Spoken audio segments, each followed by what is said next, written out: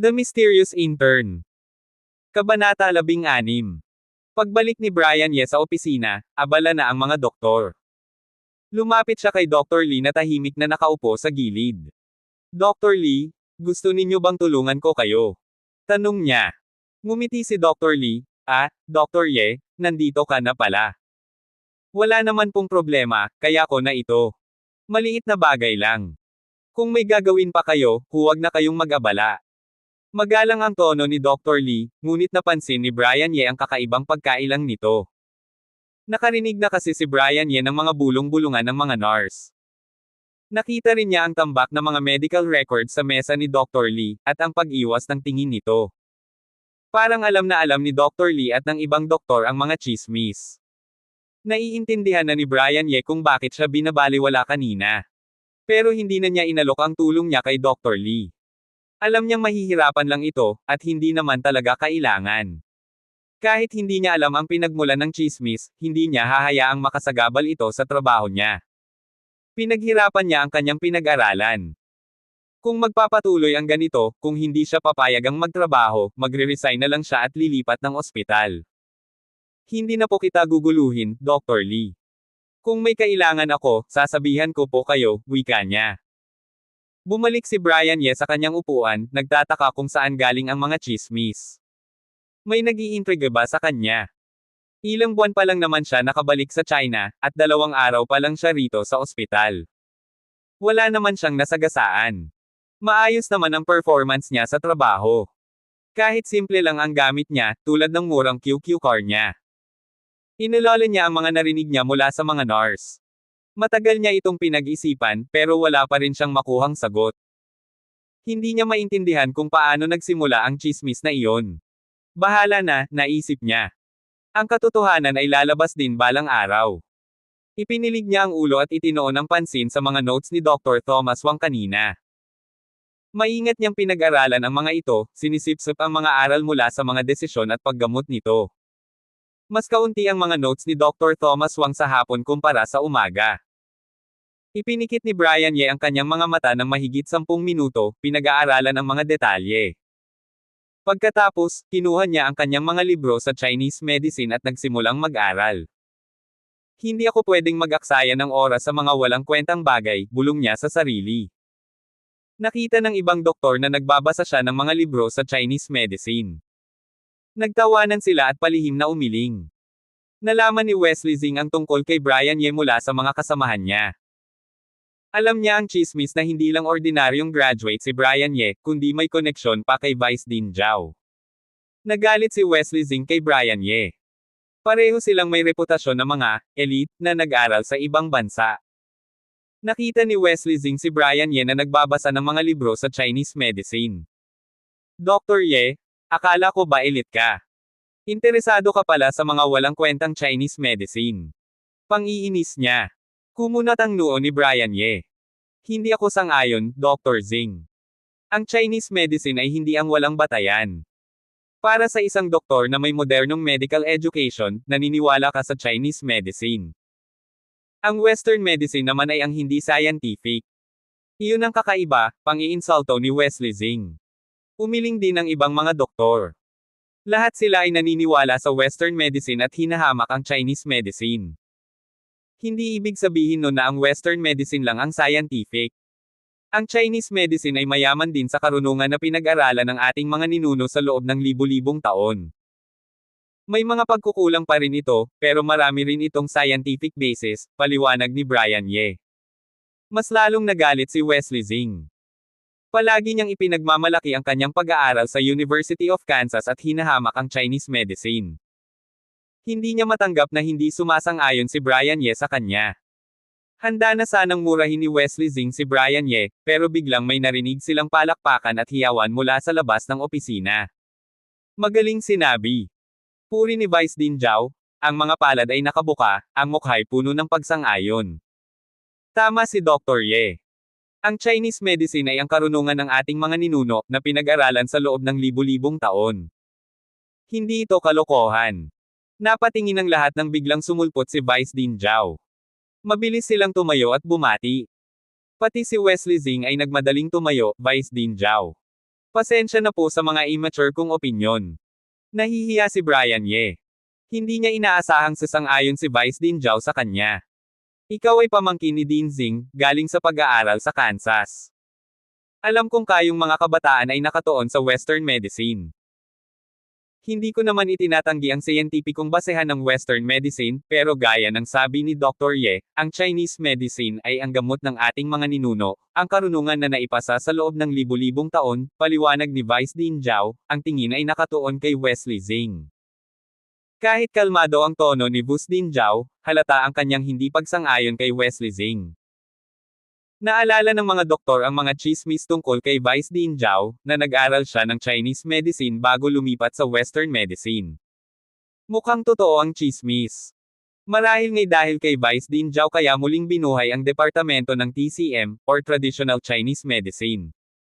Traditional Chinese Medicine (TCM) has evolved over thousands of years.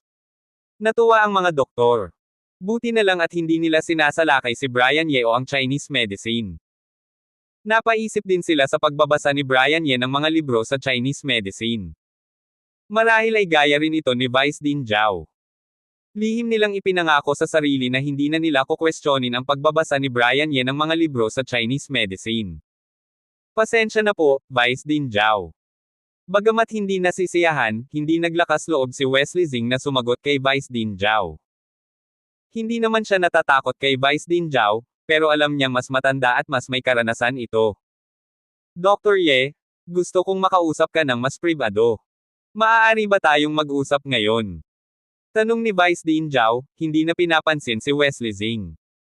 Naiinis siya sa pagtingin nito ng pababa sa Chinese medicine. Opo, maginhawa po, mabilis na sagot ni Brian Ye. Nang makitang sumunod si Brian Ye kay Vice Dean Zhao, nag-aalala ang mga doktor. Mukhang malakas ang koneksyon ni Brian Ye kay Vice Dean Zhao. Baka magkaroon sila ng problema kung hindi nila tinulungan si Brian Ye. Pero naisip din nila na hindi naman sila ang nagdesisyon. Kahit na magalit si Vice Dean Zhao, wala naman silang kasalanan. Ngunit, nangako silang magiging mabait na kay Brian Ye. Samantala, galit na galit si Wesley Zing. Brian Ye, akala ko hanggang kailan ka pa kaya protektado ni Vice Dean Zhao. Pag nawala na siya, tingnan natin kung ano ang mangyayari sa'yo. Naalala niya ang pang-iinsulto ni Vice Dean Zhao kay Brian Ye, at lalong nagalit kay Vice Dean Zhao. Alam niya ang ilang sikreto sa loob ng ospital, at alam niyang ayaw ng ilang tao kay Vice Dean Zhao. Hindi ko inaasahan na interesado ka pala sa Chinese medicine, Dr. Ye, sabi ni Vice Dean Zhao nang makarating sila sa isang tahimik na lugar sa koridor. Akala niya kasi ipapayuhan ng mga nag-aral sa ibang bansa ang Chinese medicine. Malawak at malalim po ang Chinese medicine. Marami po akong natutunan, sagot ni Brian Ye. Anong mga libro po ba ang binabasa ninyo? Magalang na tanong ni Vice Dean Zhao. Pasensya na po, pero Treatise on Febrile Diseases, Yellow Emperor's Internal Classic, Shangzangjing, Golden Chamber Synopsis. At iba pang klasiko po, sagot ni Brian Ye. Nagulat si Vice Dean Zhao. Akala niya basta lang interesado si Brian Ye sa Chinese medicine. Pero mukhang seryoso pala ito. Ang mga binasa nito ay mga importanteng klasiko. Hindi ko akalain na isang estudyanteng tulad ni Dr. Ye, na may edukasyon sa Western medicine, ay interesado sa Chinese medicine. Kapuri-puri. Taos-pusong papuri ni Vice Dean Zhao. Akala ko'y gaya kayo ng pamangkin ni Dean Zing, bulag na sumusunod sa Western medicine. Wala po ito, sagot ni Brian Ye. Para sa akin, ang Western at Chinese medicine ay pareho lang, para magpagaling at magligtas ng buhay. Ang Chinese medicine ay mayaman sa kasaysayan at karunungan, kaya't gusto kong matuto. Marami na ring nag-aaral nito sa ibang bansa, hindi tulad ng makitid na pananaw ni Dr. Zing. Magaling. Pareho silang para sa ikabubuti ng tao. Bihira na ang may ganitong pag-unawa gaya ni Dr. Ye. Muli siyang pumuri. Mas humanga pa siya kay Brian Ye. Salamat po, Vice Dean Zhao. Ano po pala ang pakay ninyo? Nahihiya si Brian Ye. Parang ang usapan ay lumalayo na sa paksa. Kahit na wala siyang gagawin, nahihiya siyang patagilan pa si Vice Dean Zhao. At curious din siya sa sasabihin nito. Oo nga pala. Naalala ko lang.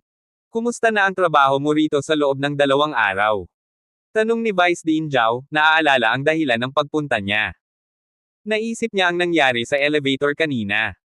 Maayos naman po, salamat po sa pag-aalala ninyo, sagot ni Brian Ye. Malaki ang pagkakaiba ng mga ospital dito at sa ibang bansa. May problema ka ba sa trabaho? Sabihin mo lang sa akin, tutulungan kita, sabi ni Vice Dean Zhao. Malaki nga po ang pagkakaiba. Ang mga doktor dito ay mas maraming trabaho. Pero wala naman po akong problema, sagot ni Brian Ye. Napabuntong hininga siya. Mas mahirap pala ang maging doktor sa dito sa sariling bansa. Kahit ang mga doktor sa kanilang opisina, maliban sa kanya at kay Wesley Zing, ay abala. Oo nga, mas maraming pasyente at mas kaunting doktor dito. Mas mahirap. Nasanay ka na ba? Tanong ni Vice Dean Zhao. Busy. Naisip ni Brian Ye.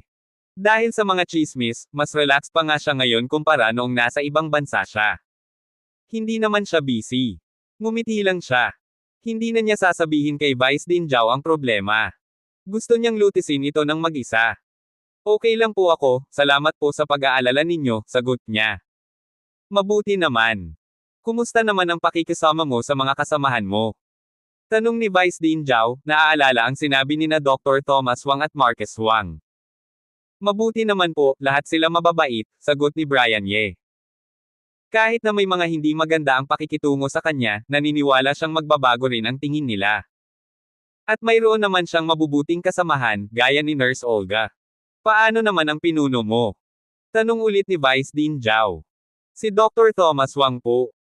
Napakahusay po niya, sagot ni Brian Ye. Nagtataka si Vice Dean Zhao.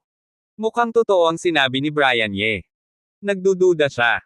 Nang kausapin niya si Dr. Thomas Wang kanina, galit na galit ito kay Brian Ye. Paano niya naman ito nakakasundo?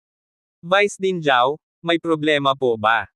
Tanong ni Brian Ye nang makitang tahimik si Vice Dean Zhao. Pakiramdam niya'y may kakaiba sa pag-uusap nila. Wala naman.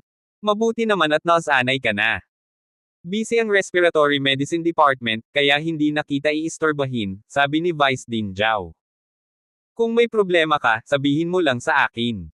Tutulungan kita. Huwag kang mahiya. Naisip niya na marahil ay mali ang pagkakaintindi ni na Dr. Thomas Wang at Marcus Wang kay Brian Ye. Imposible namang kulang sa kakayahan si Brian Ye.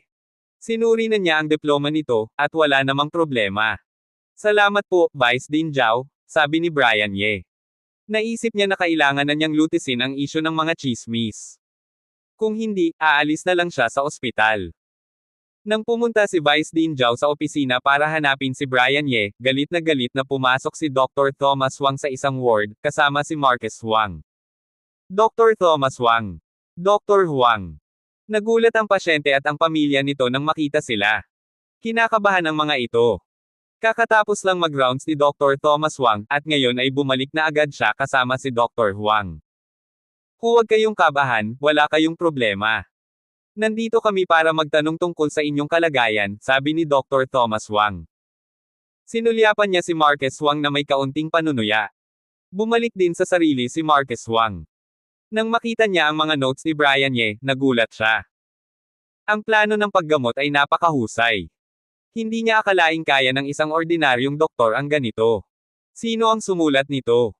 Tanong ni Marcus Wang kay Dr. Thomas Wang, tinutukoy ang mga notes ni Brian Ye. Director Wang, hindi po ako, gusto ko lang po malaman ang kalagayan ng tatay ko.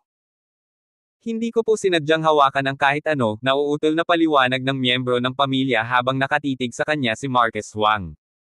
Akala nila ay may sinisisi si Dr. Marcus. Huwag kayong mag-alala, hindi kayo sinisisi ni Director Wang, pagpapaliwanag ni Dr. Thomas Wang, ngumiti siya at pinanatili ang kalmado nitong ekspresyon. Pero ang tingin niya kay Marcus Wang ay may bahid ng pagsusungit. Oo, pasensya na, medyo nagmamadali lang ako.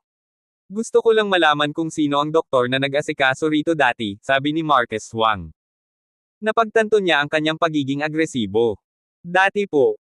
Si Dr. Thomas Wang po ang nag-asikaso noon sa mga rounds, sagot ng miyembro ng pamilya. Bago si Dr. Thomas Wang. Tanong ni Marcus Wang. Si Dr. Ye po, sagot nito. Dumating po siya kanina at may sinulat sa medical record. Dr. Ye. Sino yun? Parehong nagtataka sina Dr. Thomas Wang at Marquez Wang. Yung bagong doktor po. Sumunod lang po siya kay Dr. Thomas Wang sa rounds, sagot ng miyembro ng pamilya. Napakabait po ni Dr. Ye. Pinuntahan niya po kami kahit walang pahinga. Napakagaling po ni Dr. Ye. Pagsang-ayon ng pasyente. Napakaganda ng pakikitungo ni Brian Ye sa mga pasyente. Sa loob lang ng 2 araw, minahal na siya ng mga pasyente. Ang bagong doktor na si Ye. Sumunod lang siya sa rounds. Si Brian Ye. Parang may sumabog sa isipan ni Dr. Thomas Wang. Nagulat din si Marquez Wang. May isang bagong doktor lang naman sa department, si Brian Ye. Yung sinasabi nilang konektado kay Dean Zhao, walang alam. Paano siya nakasulat ng napakahusay na treatment plan? Paano siya magiging walang alam? Dr. Thomas Wang, may problema po ba? Mabait naman po si Dr. Ye, at maayos naman po ang lagay ng tatay ko, nag-aalalang tanong ng miyembro ng pamilya. Wala, huwag kayong mag-alala. Maayos lang ang tatay ninyo. Tine-check ko lang, sagot ni Dr. Thomas Wang. Sigurado ba kayong si Dr. Ye lang ang pumunta rito kanina? Tanong ni Marquez Wang. Oo naman po. Nagpapahinga po ang ibang doktor tuwing tanghali. Kakagaling ko lang po sa trabaho kaya nasaksihan ko at napanood ko, sagot ng miyembro ng pamilya. Tingnan ninyo nga kung si Dr. Ye ba ang sumulat nito, sabi ni Marquez Wang, inabot niya ang medical record sa pamilya. Mukhang siya nga po. Nakatingin lang po ako sa kanya habang nagsusulat siya, kaya hindi ko po alam kung anong page ang sinulat niya, sagot ng miyembro ng pamilya. Salamat po, sabi ni na Dr. Thomas Wang at Marquez Wang. Pareho silang nagulat pero hindi nila ito ipinakita. Lumabas na sila ng ward. Nagtataka ang pamilya ng pasyente sa pagmamadali ni na Dr. Thomas Wang at Marquez Wang. Lumabas na ang dalawa sa ward, pero pareho silang tahimik. Pumunta sila sa ibang ward. Lahat ng ebidensya ay nakaturo kay Brian Ye, pero hindi pa rin sila makapaniwala. Ilang taon pa lang si Brian Ye, at kakaunti pa lang ang karanasan. Paano siya nakasulat ng ganon kahusay? Pero sa sunod na ward, pareho ang kwento. Pinupuri nila si Brian Ye. Sunod-sunod nilang tinignan ang mga ward, ang lahat ng mga notes ay kay Brian Ye. Wala siyang pahinga sa tanghali. Pagkatapos ng lahat ng ward, tuluyan nang natanggap ni Dr. Thomas Wang ang katotohanan. Si Brian Ye, yung akala niyang walang alam, ay pala'y napakahusay na doktor. Nagulat si Dr. Thomas Wang. Si Marquez Wang naman ay mas kalmado, pero nagulat din siya. Pharaoh, sino ang nagsabi na walang alam si Dr. Ye? Tanong ni Marquez Wang. Napakaraming kaso, imposible namang coincidence lang. Ang mga notes ni Brian Ye ay nagpapakita ng malawak na kaalaman at karanasan. Nagulat si Dr. Thomas Wang. Siya pala ang nagkalat ng chismis. Dahil sa sinabi ni Wesley Zing at dahil sa unang impression niya kay Brian Ye, naisip niyang walang alam ito. Kaya sinabihan niya ang mga doktor na huwag tulungan si Brian Ye. Kaya naman nakagawa ang mga chismis. Pharaoh, hindi ikaw ang may kasalanan. Agad na naunawaan ni Marquez Wang ang ibig sabihin ng ekspresyon ni Dr. Thomas Wang. Matagal na silang magkakilala. Hindi ko naman sinadyang maliitin si Brian Ye. Dahil sa nangyari kay Wesley Zing, akala ko pareho sila, paliwanag ni Dr. Thomas Wang, may pagsisisi sa kanyang boses. Pharaoh, ano ba yan? Tumawa si Marquez Wang. Dahil lang kay Wesley Zing, tinanggihan mo si Brian Ye. Kung nagdududa ka, bakit hindi mo siya sinubukan? Sinubukan ko naman. Tinatanong ko siya kung saan siya nag-aral, pero hindi siya sumagot. Tinatanong ko rin siya kaninang umaga, pero hindi pa rin siya sumagot, paliwanag ni Dr. Thomas Wang, namumula na sa hiya. Hindi sumagot. Tinatanong mo ba siya ng maayos? Nagdududa si Marquez Wang. Sa husay ni Brian Ye, imposibleng hindi ito makasagot sa mga tanong ni Dr. Thomas Wang. Ikinwento ni Dr. Thomas Wang ang nangyari sa morning rounds. Kung ikaw ang nasa posisyon ko, ano sa tingin mo? Walang kakayahan si Brian Ye. Pharaoh, ano ba yan? Nahihilo ka na ata. Sabi ni Marquez Wang. Ilang taon lang si Brian Ye, pero nakagawa siya ng napakagaling na treatment plan. Kahit ako, hindi ko kaya yon. Hayaan mo na lang si Brian Ye. Kahit ako, pareho ang isasagot ko sa mga tanong mo. Napagtanto ni Dr. Thomas Wang ang kanyang pagkakamali. Pero kahit na hindi siya makapagbigay ng mas magandang plan, pwede naman siyang magsabi ng kahit ano, magbigay ng medical reasons, pagdadahilan ni Dr. Thomas Wang. Pwede ngang gawin yun ng iba para makuha ang pag-aproba mo, pero si Brian Ye. Base sa nakita ko sa kanya, sa tingin mo gagawa siya ng ganoon? Tanong ni Marcus Wang. Pharaoh, mali ka talaga. Naiintindihan na ni Marcus Wang ang ugali ni Brian Ye. Bata ito, pero hindi mayabang. Masipag at mapagpakumbaba. Humanga siya kay Brian Ye. Sana lahat ng doktor ay gaya ni Brian Ye, naisip ni Marcus Wang. Para maayos ang relasyon ng doktor at pasyente. Pero alam din niya na mahirap maghanap ng isang doktor na kasing husay ni Brian Ye. Napagtanto ni Dr. Thomas Wang ang kanyang pagkakamali. Dahil sa pagmamataas, mali ang hinala niya kay Brian Ye. Hindi niya tinanggap ang pagiging simple at mapagpakumbaba nito. Naalala niya ang pagiging magalang ni Brian Ye sa kanya. Namula siya sa hiya. Ako, naging mapagmataas na ako. Hindi ko man lang sinuri ng mabuti. Sa galing ni Brian Ye, bakit ko pa siya sasampalin? Pharaoh, isipin mo ulit. Sino si Vice Dean Zhao? Paano niya naipasok sa ospital ang isang walang alam? Nalilito ka na talaga. Sabi ni Marcus Wang. Tama ka, Marcus. Mali ako, pag-amin ni Dr. Thomas Wang. Hindi lang ang pag-amin ang importante, Dr. Wang. Kailangan mong gawin ang dapat gawin para kay Brian Ye. Hindi mo siya dapat palayasin. Sabi ni Marcus Wang. Siyempre naman. Hindi ko hahayaang mawala ang isang magaling na doktor. Sabi ni Dr. Thomas Wang. Pupunta ako kay Vice Dean Zhao para humingi ng tawad at ipaliwanag ang lahat. At hindi ko hahayaang mawala si Dr. Brian Ye. Sige, pero mag-isip ka muna bago ka pumunta kay Dean Zhao, sabi ni Marcus Wang. Pero mabilis na umalis si Dr. Thomas Wang papunta kay Vice Dean Zhao. Naiwan si Marcus Wang, na pabuntong hininga. Napakabilis talaga ni Dr. Thomas Wang. Pagkatapos makita si Dean Zhao, hindi na bumalik agad si Brian Ye sa opisina. Nag-isip siya kung paano lulutasin ang isyu ng mga chismis. Naisip niya na ang pinakamagandang paraan ay ang kausapin si Dr. Thomas Wang. Naniniwala siyang paniniwalaan siya nito. Si Dr. Thomas Wang ang pinuno ng department, kaya't kayang resolbahan ang problema. Pero hindi agad pumunta si Brian Ye kay Dr. Thomas Wang. Oras na ng trabaho, at ayaw niyang maistorbo ito. Nang mawala na ang pag-aalala, bumalik na ang magandang mood ni Brian Ye. Bumalik na siya sa opisina. Nang makita ang masiglang si Brian Ye, nagtaka ang mga doktor. Akala nila ay may nangyari. Nagplano silang lapitan si Brian Ye, pero biglang sumigaw si Wesley Zing. Humph! Malamig na tingin ang ibinigay ni Wesley Zing kay Brian Ye. Akala niya'y nagpapakita lang ito ng kayabangan. Ang mga doktor ay nagatubili na. Alam nilang kung lalapit sila kay Brian Ye, masasaktan nila si Wesley Zing. Mas mabuti nang manahimik na lang sila. Mas malakas ang koneksyon ni Wesley Zing. Abangan ang susunod pang mga kabanata ng The Mysterious Intern.